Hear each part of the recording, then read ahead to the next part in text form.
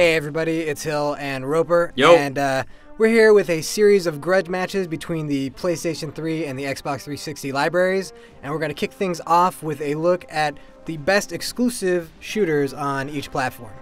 All right, so we're going to pit Halo 3 versus Killzone 2. Roper, why don't you start off? Tell me why... Let's look at graphics first. Why is Killzone 2's graphics better than Halo 3's? Well, I mean, for me, just from the technical side, Killzone does things like the animation is better. There's post-processing effects everywhere. The particle effects are better. I mean, granted, Killzone came out, a year or so after Halo 3, so, has a little bit of technical, edge to it that way. But, I mean, if you just look at the game side by side, the two of them, I mean, Killzone's clearly the better-looking title.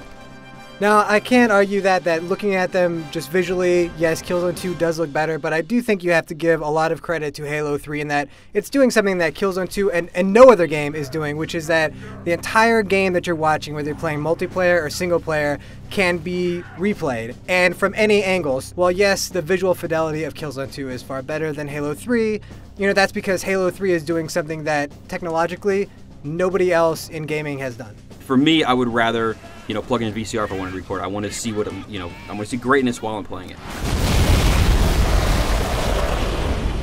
So let's go on to the story.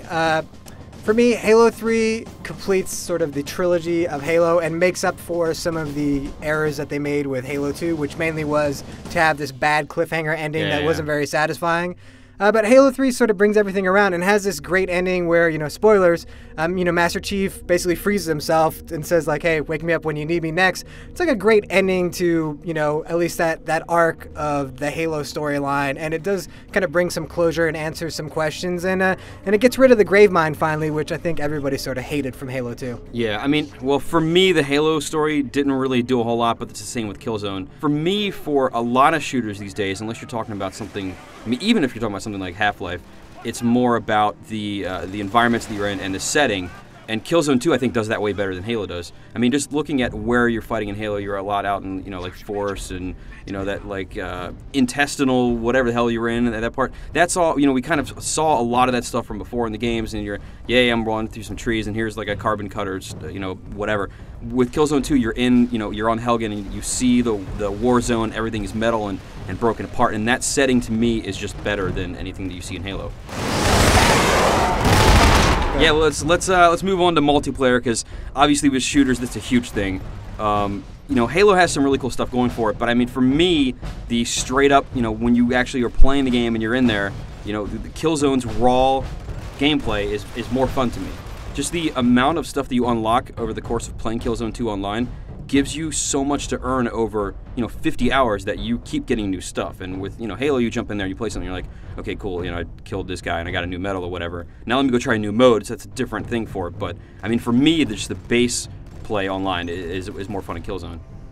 And all I've really got to say to argue in Halo 3's favor is that if you just look at the stats, Halo 3, still 2 years later, is the #1 played Xbox Live game that there is, which is really the mark of what is a great multiplayer game. It's that after you finish the single player, it's a game that you just don't want to stop playing, and that's because, one, it's a lot of fun. Two, you do have the Forge, and you do have where you can actually customize and build your own levels and do some fun stuff with that. And then on top of that, they have DLC that's coming out. But I'd say the one thing that sets, Halo apart from really any other console online game out there right now is what they do with their website. Because, I could play a game with you, Roper, in Halo 3, and then we can go to the Bungie website, look at that game, we can see, like, who got the most kills in what part of the map, like, what weapons killed the most people, and that stuff is all saved forever. Right, but I mean, you can't knock that Halo is not a great online game. But as far as DLC concerned, Killzone has the first, Steel and Titanium pack, I believe it's called, coming out at the end of this month, and that's not the end of that.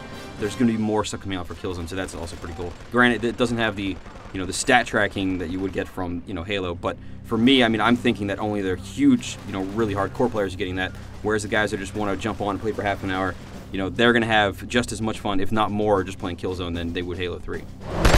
And lastly, we finish this off with a look at the gameplay. This is probably the one that's hardest to decide. I think it's the easiest one to debate. Really, I mean, they're first-person shooters, so the gameplay in general is sort of similar. The idea of a first-person shooter doesn't really change, but, with Halo 3, you do get, the ability to jack vehicles, that kind of stuff. You get the sticky grenades. It's a lot of fun.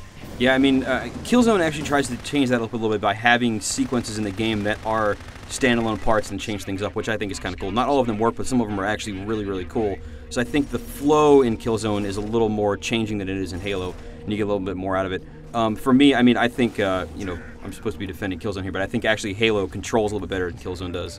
But I also get a lot more feedback from the weapons, and when you shoot somebody in Killzone, you can tell that they're being wounded, and you can see, you know, the impact of bullets, and I don't really get that much from Halo, so, you know, they just don't, you know, the weapons in Halo are great, but they don't feel as rewarding to fire as they are in Killzone.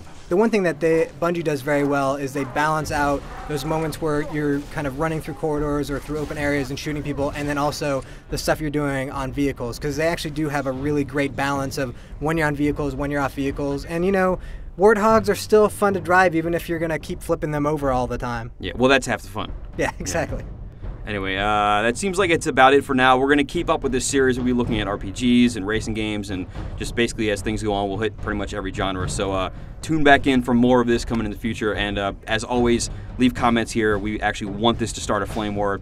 We just want to see what the funny comments are. So please do get chatting, and we will see you guys next time.